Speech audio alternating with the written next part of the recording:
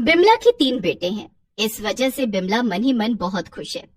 सभी बिमला से कहते हैं, अरे बिमला, तुम तो बहुत खुश नसीब हो। 3 बेटे हैं, 3 बहुएं आएंगी, तुम तो रानी की तरह रहोगी, रानी की तरह।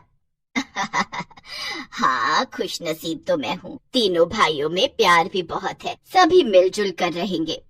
लेकिन बिमला को कहाँ पता था कि आजकल के रिश्ते बहुत नाजुक होते हैं।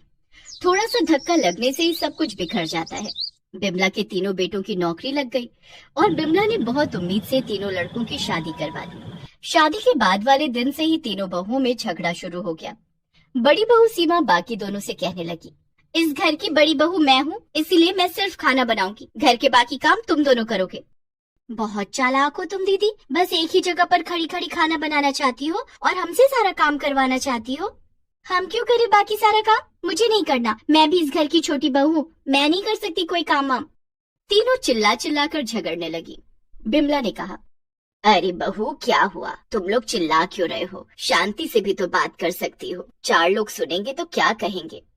ये सुनकर तीनों बहुएं एक साथ बिमला से झगड़ने लगे। 4 लोगों से हमें क्या? आपको परवाह होगी 4 लोगों की, हमें नहीं है। हाँ, यहाँ हम परेशान हैं और आपको 4 लोगों की पड़ी है। माँ जी, मैं ऐसे एक साथ नहीं रह सकती, मुझे रसोई अलग करनी है। बिमला चौंक गई। ये क्या कह रही हो तुम बहू? अभी अभी तो इस घर में आई हो। तो क्या हुआ? इतना सारा काम मैं नहीं कर सकती हूँ? हमारे जमाने में पूरा परिवार एक साथ रहता था। हम तो सिर्फ 7 लोग हैं। मेरे घर में 70 लोग रहते थे, लेकिन कभी किसी ने किसी के साथ झगड़ा नहीं किया। सभी एक साथ मिलजुल कर रहते थे। अब वो जमाना भी नहीं रहा और वो लोग भी नहीं रहे, इसीलिए चुपचाप हमारी बात मान लीजिए। बिमला के पास और कोई चारा नहीं रहा। तीनों बहुओं ने अपनी अपनी रसोई अलग कर ली और अलग अलग खाना बनाने लगे। शाम को उसके तीनों बेटे घर लौटे और सभी मीटिंग पर बैठ गए। तुम तीनों एक दूसरे से अलग हो गए, लेकिन मेरा क्या होगा? मैं किसके पास खाऊंगी? बड़े बेटे राजेश ने कहा, मेरे पास 4 महीने खा सकती हो आप। मेरे पास 4 महीने। और मेरे पास 4 महीने। लेकिन सीमा ने कहा, क्यों माँ, हमारे पास 4 महीने क्यों खाएंगी? छोटे देवर जी की इनकम सबसे ज्यादा है। माँ, आप छोटे देवर जी के पास 6 महीने खाएंगी। अरे वाह दीदी, ये कहाँ का नियम है? सभी के पास माँ 4 महीने करके खाएंगी, नहीं तो किसी के पास नहीं खाएंगी। इस बात को लेकर भी तीनों बहुओं के बीच में लड़ाई शुरू हो गई। उसमें बिमला के तीनों बेटे भी शामिल हो गए। हाँ, मेरी बीवी सही कह रही है। अनुज, तेरा इनकम ज्यादा है। तो क्या हो गया? माँ तो हम तीनों की है ना। मेरा इनकम सबसे कम है, मैं माँ को सिर्फ 1 महीने खिला सकता हूँ। हाँ। ऐसे ही कुछ देर झगड़ा चलने लगा। बिमला की आंखों में आंसू आ गए। हे भगवान, मैंने क्या सोचा था और ये क्या हो रहा है? चुप करो तुम लोग, किसी को मेरी जिम्मेदारी लेने की जरूरत नहीं है। मैं खुद खाना बनाकर खा लूंगी, तुम लोग बस शांति से इस घर में रहो। झगड़ा रुक गया। वो लोग यही तो चाहते थे। उस दिन से बिमला अकेली खाना बनाकर खाने लगी, लेकिन तीनों बहुओं में झगड़ा नहीं रुका। हर रोज किसी न किसी बात को लेकर झगड़ा होने लगा। अरे, ये मेरे कमरे के सामने कचरा कहाँ से आ गया? ये जरूर उस डायन रेखा का काम है। सुषमा ने सुबह सुबह रेखा पर चिल्ला दिया। रेखा भी चिल्लाने लगी, मेरा काम है, मैं तुम दोनों की तरह डायन नहीं हूँ, ये जरूर सीमा का काम है। हाँ हाँ, सारा दोष मुझ पर डाल दो, यही तो चाहती हो तुम दोनों, मुझे मार डालना चाहती हो। मेरा भाई भी पुलिस में है, मैं उसके पास शिकायत करूंगी। हाँ हाँ हाँ, कर लो शिकायत, मेरा भी भाई वकील है, मैं भी देख लूंगी। आज से तुम दोनों मुझे शक्ल मत दिखाना। तीनों बहुओं के बीच में बेचारी बिमला पिस जाने लगी। 1 साल बाद सीमा का एक बेटा हुआ और रेखा की एक बेटी हुई और सुषमा गर्भवती हो गई। सीमा ने उसके पति राजेश से कहा, देखिए जी, हमारा परिवार बड़ा हो रहा है, बेटा भी हो गया है और इस घर में हमारे लिए कमरा है एक। हाँ, तो क्या करूँ? हम लोग नए घर में चले जाते हैं, वैसे भी ये घर पुराना हो गया है। लेकिन माँ का क्या होगा? बाकी दोनों है ना माँ को देखने के लिए, माँ की वजह से हम पूरा जीवन यहीं सड़ेंगे क्या? राजेश ने नया घर देखना शुरू कर दिया। एक दिन राजेश ने सभी को बुलाकर कहा, माँ, हम ये घर छोड़कर नए घर में जा रहे हैं। यहाँ एक ही कमरा है, हमारा बेटा कहाँ रहेगा? ये क्या बोल रहा है बेटा? कमरा कम पड़ रहा है तो यही बनवा ले, नए घर में जाने की क्या जरूरत है? जरूरत है माँ जी, हमारा बेटा बड़ा होगा, स्कूल में भर्ती होगा, घर में पढ़ाई करनी पड़ेगी, लेकिन इस घर में तो कुछ जानवर रहते हैं, हमेशा शोर शराबा करते रहते हैं, यहाँ पढ़ाई नहीं हो सकती।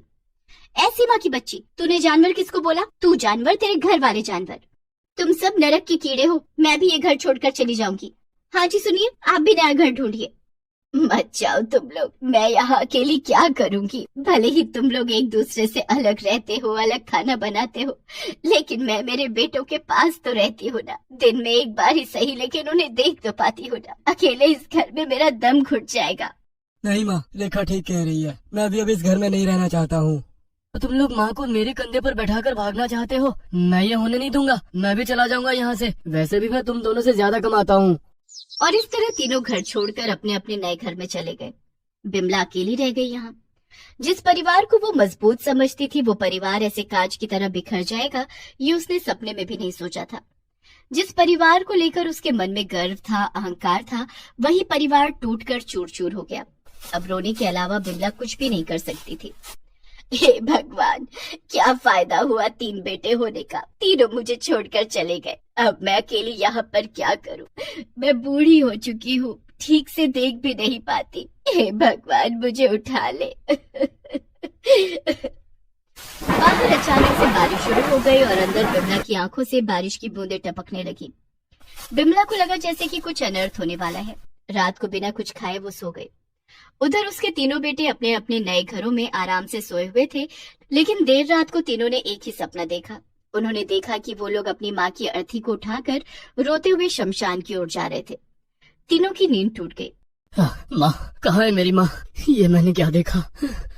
तीनों तुरंत उनके पुराने घर पर आ गए। उनकी बीवियां भी आ गई। उन्होंने देखा उनकी माँ बिस्तर पर सोई हुई है, लेकिन बेजान। बिमला के शरीर में आत्मा नहीं है। ये देखकर बिमला के तीनों बेटे और तीनों बहुएं रो पड़े। माँ, मेरी माँ, कहाँ चली गई तुम माँ? हमें माफ कर दो माँ, हमने आपको बहुत दुख दिया है। हम आपको छोड़कर चले गए। क्या इसी वजह से आप भी हमें छोड़कर चली गई माँ? माँ जी, माँ जी, हमें माफ कर दीजिए। बिमला का अंतिम संस्कार किया गया। माँ की मृत्यु होने के बाद तीनों को समझ में आया कि माँ की अहमियत क्या होती है। तीनों ने अपने अपने नए घर बेच दिए और पुराने घर में वापस आ गए। यही तो बिमला की आखिरी इच्छा थी। यही तो वो चाहती थी। जीते हुए ना सही, मरने के बाद वो अपने तीनों बेटों और तीनों बहुओं को एक कर गई। उसकी आखिरी इच्छा पूरी हो गई।